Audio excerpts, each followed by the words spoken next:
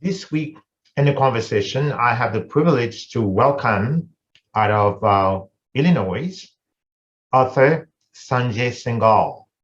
He's written a wonderful memoir titled Stories I Never Told You.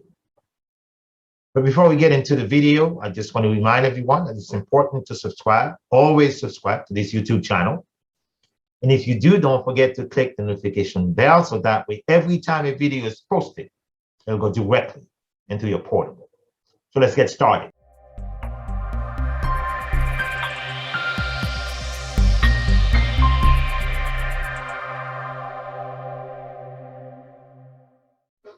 And my name is Ardain Isma, and I'm here this afternoon with an impeccable author.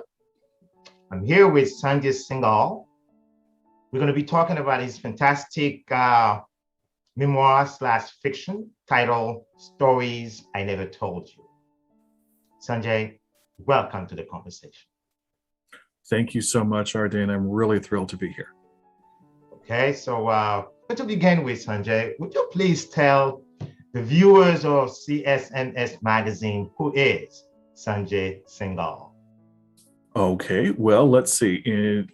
My profession is that of an architect. I'm a licensed architect here in the United States, and I practice across the country, but I'm licensed in Illinois, Michigan, Wisconsin, and Florida, and working on my licenses in Utah and Wyoming. Wow. I've been an architect almost all of my professional life, and only in the last about 10 years or so have I started writing and publishing my own work, and enjoying it very much, especially this last book that we're going to talk about today. Okay, that's exactly what we're going to be talking about. Let's get into the subject right now, Sanjay. Very intriguing title, Stories I Never Told You. And it's a memoir. You said also it's a memoir of friendship and faith, and also a journey to healing and hope. That's pretty powerful. Would you please elaborate a little bit for our viewers? I would be happy to. The title, Stories I Never Told You, is based on the fact that all of the stories in this book, some of which are fiction and some of which are nonfiction, are intended for a person who at one time was my closest friend in the world. Okay. Who died very tragically in July of 2015. Okay. And who loved my work. I wrote a great number of stories, and he always read them first and would critique them, and we would discuss them. So that the title of this book is intended for him because these are all the stories I never told him. Okay. Wow, that's interesting. Before you begin to write the story, Sanjay, did you consult with other authors, people who've been through personal experiences like you, or did you start researching books and kinds of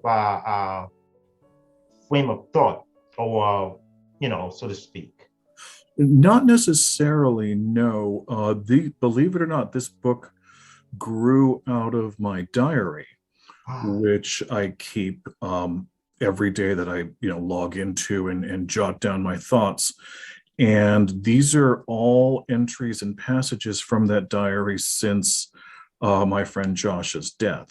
Okay. And some of those turned into longer stories as a way of dealing with grief and sorrow and trying to move forward and struggling with faith to do so.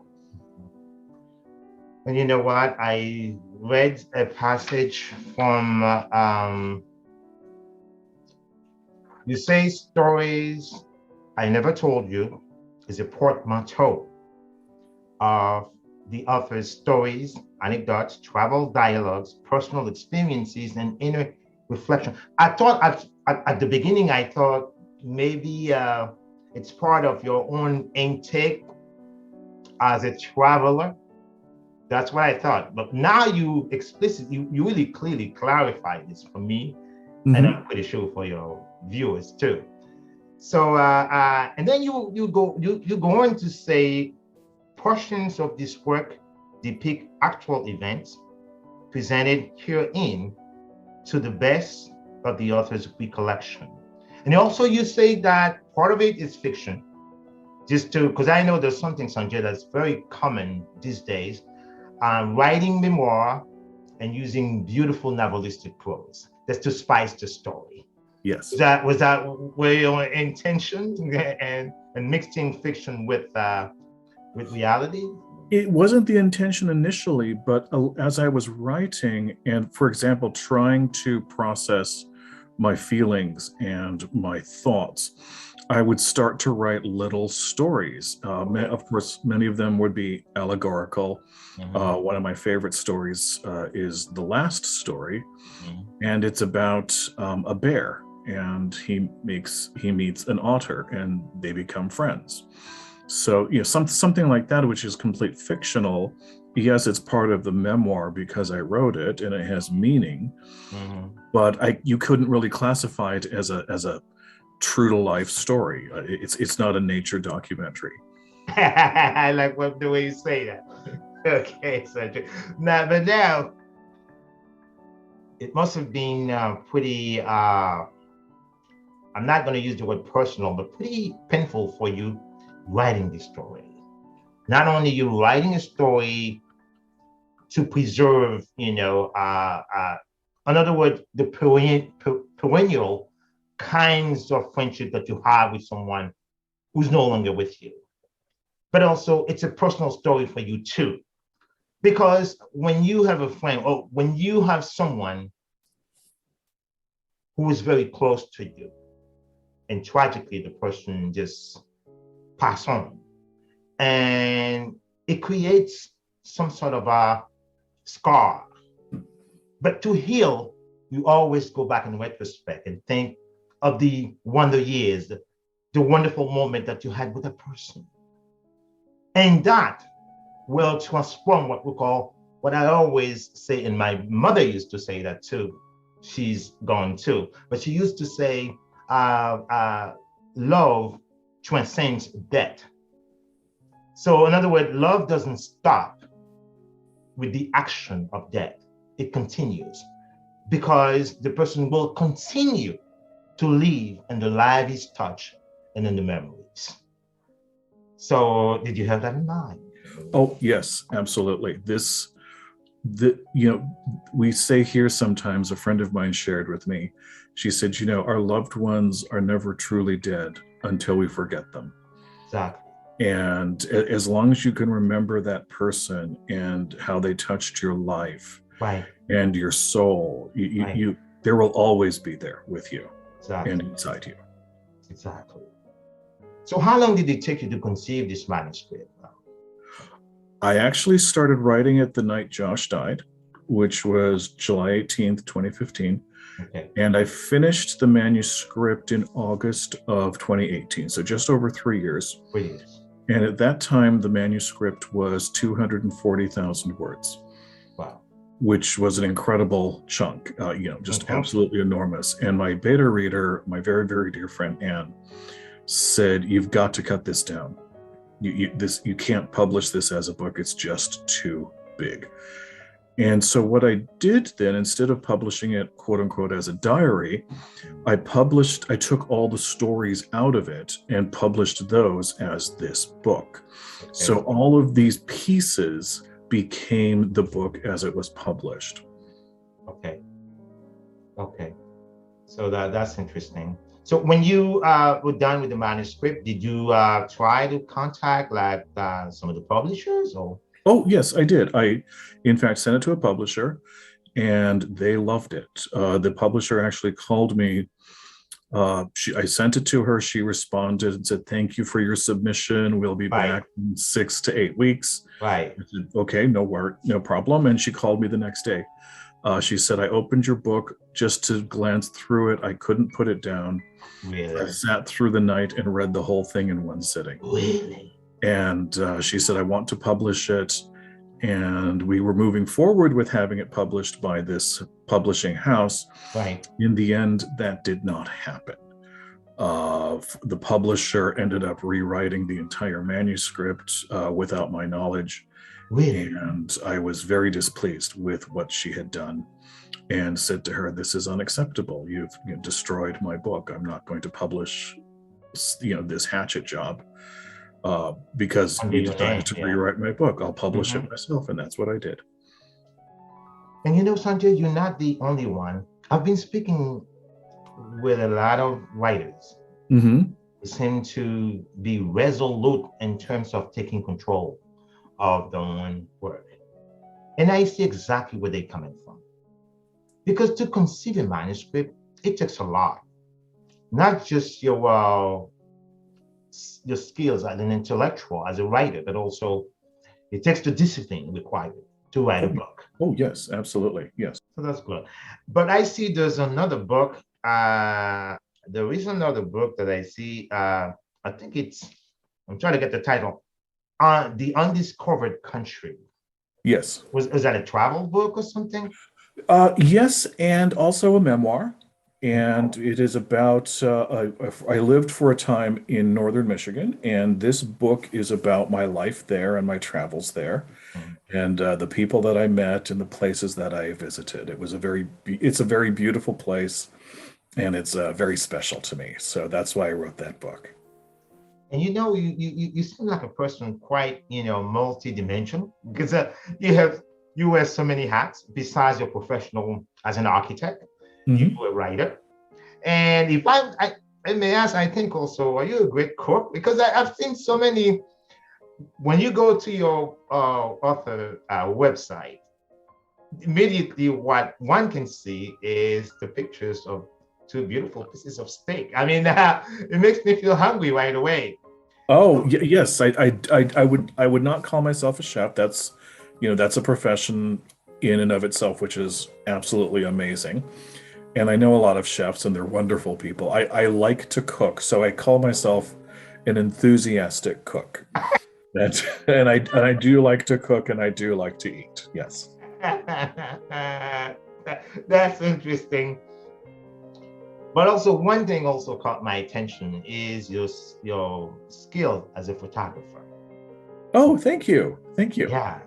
And even some of them can be used on as the backdrop for or as a cover for a novel, for example, for a book, for example. There's one with a chair sitting in the middle of a courtyard or something. That's quite pensive. That's quite interesting.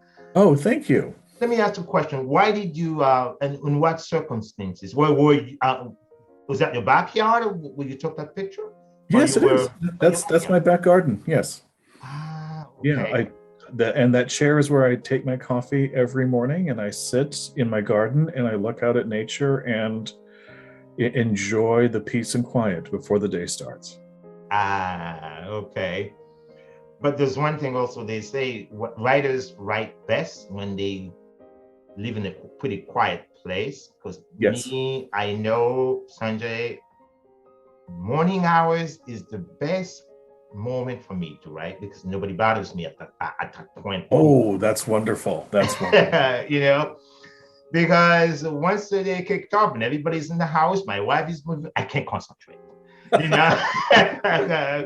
So I have to do it very early in the morning. Yes. Is that the same thing for you too? No, for me, I write more in the afternoon, evening. I'm busy in the morning with various tasks, and then I work as an architect through the day. So usually by the end of the day, after dinner, is when I can sit down and say, okay, now is my writing time, and that's when I write. Okay. All right. So that's interesting. Now, I know long before you became a writer, you were already an architect. Did you think growing up that you were going to be an author? No, it never even occurred to me. I always loved to write, and I always won prizes for writing in school. Mm-hmm. But I never thought it would be something I would do like I am doing now. And I have to say, I love it. I love writing, and I love creating with words. playing with them, right? Yes, yes, absolutely. Crafting beautiful words. So, Sanjay, when you started writing and you knew that at some point you were going to have to start sharing your work with the outside world, what was the feeling? Because I mean, the first time it happened to me, I was scared to death when I had to turn my work to a profession. So how was it for you? I was terrified. I was absolutely terrified. I was starting to write little, snippets and little short stories and little essays, and I showed them to a friend, and he said, these are really good. And I remember saying to him, I said, well, are they that good, or are you just being nice? And he said, no, these are really good. You should, share your work and let others read this. And I said, well, okay, so I started my blog and started putting some things up on there. Uh-huh. And then after I'd actually written 2 books of poetry Uh-huh. and published those. They're no longer in print. Okay. But they were very well received, and Okay. I had a really good response to them. And after I came back to Illinois from Michigan, I said, Right. the Michigan experience was so wonderful for me and very meaningful. I'll try to write about my life in Michigan. And that's how it all happened. And for the most part, people have been very, very receptive and very positive, and have told me many times that I write in a very, very beautiful style where they feel like they're right there in the story with me. Exactly. Seeing the action happen, Mhm. living the event as it happens, and they feel like they're part of the story, which is, to me, a tremendous compliment. Mhm. Makes you feel good about your work. Mhm. Yes, And, yes, and it does. it creates more confidence in you as a writer also. Yes, yes, absolutely. There's something you write here, and I just want to read a little bit. And you say, I've knocked around few times thinking about the many places that you've been. And then you say from Paris and Rome, a few other places. Now, you've been to, I know you've been to Paris, you've been to Europe. So, me too, I've been to Paris, I've been to many places in Europe. And I fall in love with the European way of life, oddly so. But Sanjay, could you tell us a little bit more about your own experiences moving to the beautiful streets of Paris and also in Rome? Well, let's talk about Paris first, because Paris is the first city I ever visited that was not a place where I had lived before. And in fact, I visited Paris the very first time when I was 3 years old, and we were emigrating from India to America. And Paris was the first city where we stopped, and we stayed in a hotel that had a view of the Eiffel Tower from the window. Mm-hmm. And my father took me shopping at the Galeries Lafayette, which is the big department store behind the Opera House. I can see it right there because the last time we were in Strasbourg, by the way, in Strasbourg. Oh, I love Strasbourg. Yeah, we went to Lafayette, and in Paris too. Every time she goes to Paris, she has to go to Lafayette. Absolutely, absolutely. And he bought me a little pair of boots. I was 3 years old, and I wore those boots when we landed in America, in Chicago, Illinois, and I still have them. They're still on my dresser, and every so often I take them out and look. Of course, they don't fit now, but I still have them. And for me, being in Paris, it's almost as though I'm wearing a second skin. Really? I feel so at home there and so comfortable. Okay. I'm relaxed. I'm happy. I feel so complete that I'm in one of the greatest cities of the world, and I not the least bit hesitant or nervous. It's a beautiful place for me to be, and every time I'm there, I relish every second of it. Okay. It seems like you've traveled pretty often, right? I've been there many times. Yes, many, many times. Yes. Okay. What about Rome? Rome is different. I lived in Rome for a time as part of my graduate coursework, and there's a very interesting life in Rome. It's not the same life as Paris. It's a little bit, for lack of a better word, grittier. Really? And it's a little bit more removed from what we would call, everyday life here in America. Okay. But there is a quality of life there that is very simple and very clean and very basic. Mm-hmm. And there, but it's a wonderful appreciation that we don't have here, Okay. where you meet your friends for a coffee and you go for a walk before dinner. And then you have a lovely dinner at home on the balcony and you watch the lights Right. of the sun setting over St. Peter's. It's a very different life. And I think part of it is you're surrounded by so much history that you can't help but wonder, what part of that history is coming back with you. You're taking all of that in, and it becomes part of who you are as a person. Exactly. And I really like the simple way of life also. Life doesn't have to be so complicated, but unfortunately, we as human, because we're not perfect, so we're creating a world of imperfection. Yes, that's a good way to do it. Yes, I agree completely. One other thing I want to ask you, because I know stories I never told you can be classified as a memoir slash fiction. So what literary genre can we classify stories I never told? I think overall I would classify it as a memoir, because even the stories or the fictional portions are part of that process of reflection, of looking back, while trying to move forward, of grieving and understanding that life, to be life, must include death. That there has to be this balance between light and darkness, between sorrow and joy, and to remember things that were, and to remember them with gladness, not with sorrow. And so even, yes, I would classify it as a memoir, definitely, yes. Okay. All right. So just because of the purpose of time, we are, Sanjay, getting to the end of our beautiful, wonderful conversation. Let me ask a question, because I know writers also do have preferences when it comes to reading. So if I were to ask you who you would consider as a preferred, or maybe an author that inspired you the most, who would that person be? Steinbeck. Steinbeck? John Steinbeck, yes, absolutely. Okay. Could you tell us why it had such an impact on you? He has a wonderful, clean way of writing. It's not fussy. It's not overly romantic. It's not complicated.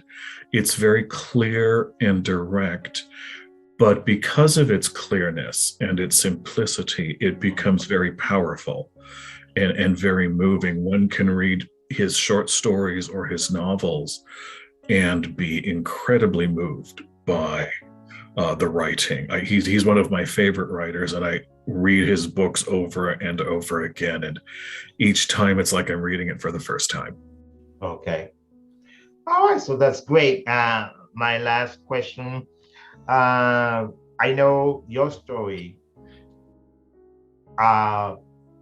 is not the first story written in such a fashion. But your story has the power to shake one's soul, because what you describe is the power that lies between human interactions. As human, we interact. And one of the great lessons that we learned from the pandemic that we're living now from COVID-19 Yes. is we suffer because we can't reach out Yes. and greet someone and touch someone the way we used to pre-pandemic era. And then that really makes us understand how powerful it is, the interaction that you have, that we have as human. So your book really resonates in a sense that if someone who's going or who is going through something like this, and then decides to embark upon a journey to write a story similar to yours, so what lesson would you give that person? I think the lesson that I would want to have that person remember and cherish is that each of us, no, let me start over. No one comes into our life accidentally. Everyone we meet has something to share with us, something to teach us, something to give us. But the one thing that I would say is that we need to look at it from the reverse also. Every person that we meet in our life comes into our life, but we come into theirs. Correct. And we impact that person in ways we simply cannot understand and may never understand. It could be a man walking down the street. It could be a woman at the grocery store.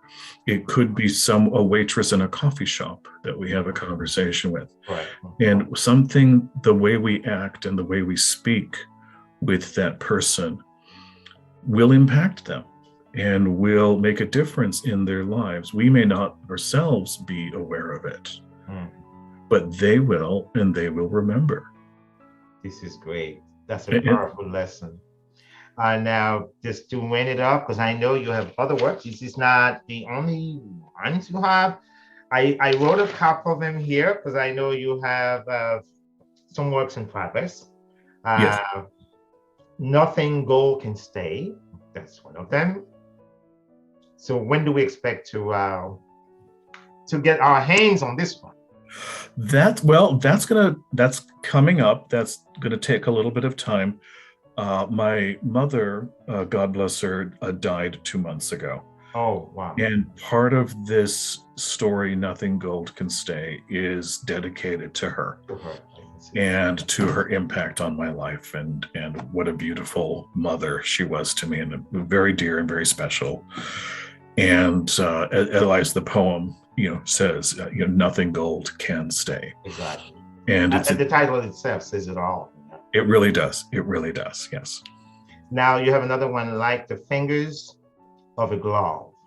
Yes. So I know I can imagine that glove and my fingers, waving to it. So what are you trying to tell us now in this particular title?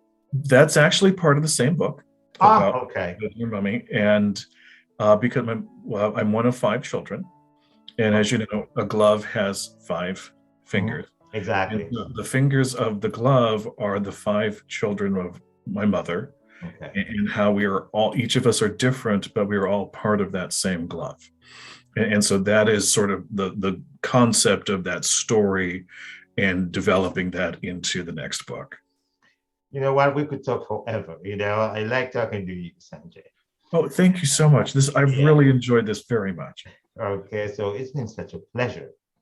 Thank you. To have with me this afternoon author Sanjay Singhal in the conversation.